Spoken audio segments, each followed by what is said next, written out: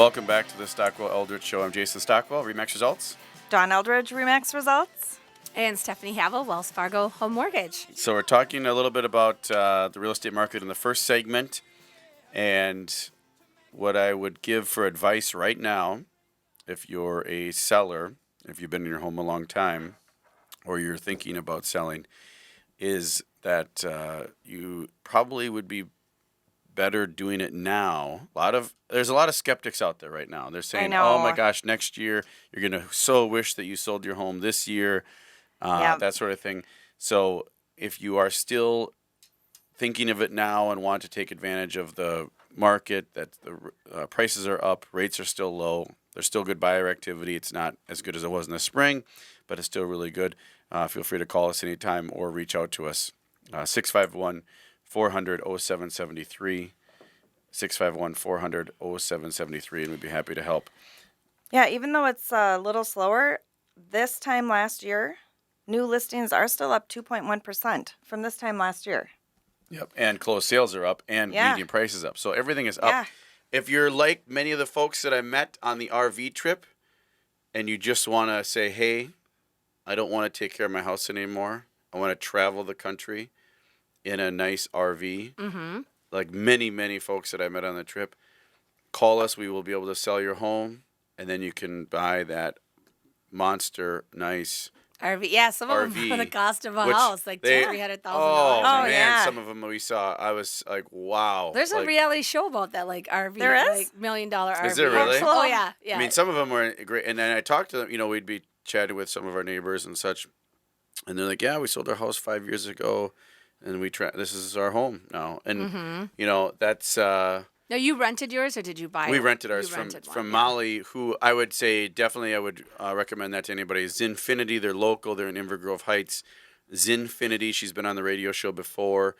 Molly and John are the owners. And you don't have the 1-800-RENT-ME on the side. They have real RVs. Right. So you don't look like a total, You don't look like the Griswolds.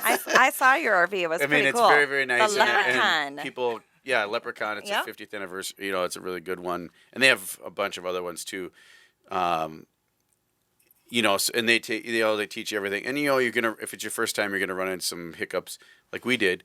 However, they try to prep you. They have online tutorials. They have all kinds of stuff in their book. I mean, very, very well prepared. They're kind of like we talked about with a real estate service where you want to get through these hurdles. You're gonna have some hurdles. Mm-hmm. How do you respond in this hurdle? What's your options in this hurdle? Well, and I was thinking too, and I've seen other things on Facebook and talking about getting those pictures done now, right? I mean, yes. Doesn't a your house photos sell? Would be great right now if you're thinking planning you're going to for sell next in year. December, you're ready. Don't wait to tell the realtor, okay, come out and take, call them now and say, hey, right? Could we get? Or for that matter, think about our weather. I mean, if you're thinking of selling next March, if you're thinking of putting your home on the market next March, you still might want to have. I would still get photos done now.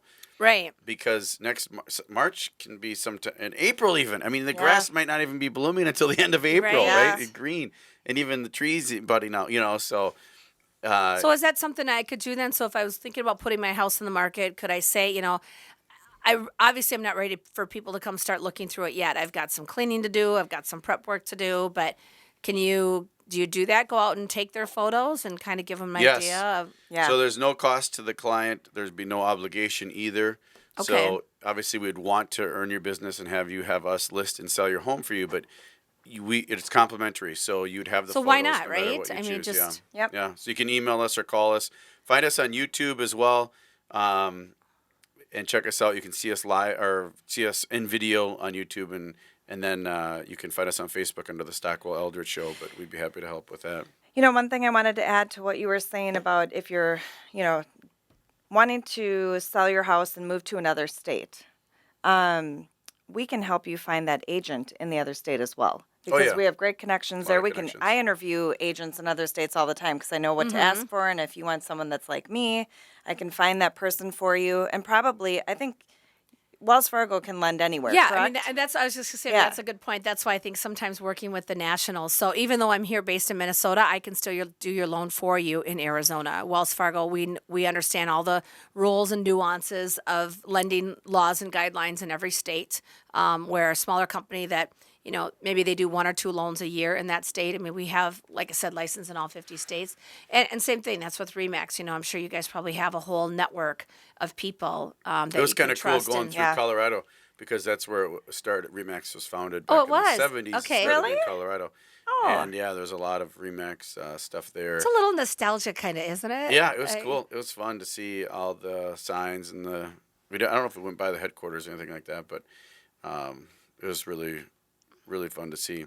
I wanted to do one quick side note. If you're feeling wealthier lately, right? If you're listening to the show and you're like, oh, I'm got a little extra bounce in my step, a little heavier in my back Pocketbooks. pocket, or my shoulders a little sore because my purse is a little heavier. It's true because Elliot Eisenberg in D.C. came out with his laughs and graphs statistic and update yesterday. Here's what he said. U.S. household wealth reached $89.1 trillion in the second quarter of 2016. This is a third straight record-setting quarter. Wealth cyclically peaked previously in second quarter of 07 was 67 trillion. So we're already at 89 trillion in household wealth. So there's a lot of equity out there. A lot of equity in your home, a lot of equity in all kinds of things, money, and I mean there's a lot going all around. So and then as far as the debt, it's actually lower than it was even at the peak as far as the household debt. So what families are seeing is less debt with higher equity. So that's why everything feels so good. So be smart about it. By real Listen to- estate. But yeah, be smart about it by real estate. Right. Perfect.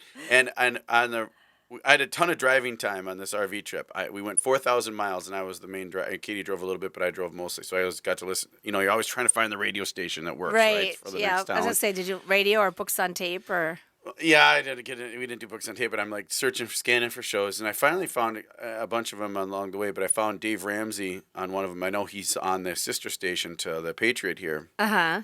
And what he said, we had a couple great shows, but one of them he said was, how he ends one of his segments is, love your life, not theirs, which is That's good. awesome because we so much think about when we look around or every day you're walking around, you see someone, right away you're comparing, or you see the car or the house or the light or whatever it is, or on Facebook especially, comparing all these things.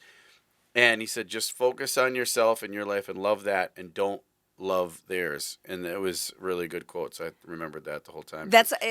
Because we were driving down in this RV and Katie wasn't happy about it all the time. I wasn't either. There's some moments where it was tough. Yeah. Well, I bet. And other people in the wedding flew down, stayed in a Westin, a high-end hotel, Yeah. with all this nice stuff. And I'm like, yeah, but we have 3 kids and they had a blast and all, so we were looking at the moments that were great instead of all saying, oh my gosh, how great it would be to be in this hotel with this. I've had this analogy that I've used for years, and I forget who gave it to me, but, we all have our bag of stuff, right? And we could sit around this table here, right? And I think, ooh, look at Don's bag. It's all pretty and shiny. And then Yes, I'll that's a look at Louis Vuitton, Jason's. isn't it? Or what is it? No. No, but then. It's my keys. So here you have a chance to go around the table, and you can look inside everybody's bag and see what kind of stuff they have in there. And most of the time, people would walk around the table and end up right back and take their own bag of stuff. Because I might look at yours and think, wow, it looks really great on the outside, but inside it's like, ooh, they've had this, and they've had this, and they have this, and I don't know if I want that, or That's a good way. you that's have a good that, but then I analogy, look yeah. inside, we've all had stuff, people, Yep. you look at somebody, you think, oh, everything is so great, but you don't know that, maybe they're, they lost a child. I have a friend of mine, her daughter, she's happy as a clam. She's beautiful. Her husband's gorgeous, beautiful kids. They had a 3-year-old die in an accident. You'd never know that if you met this girl, Right.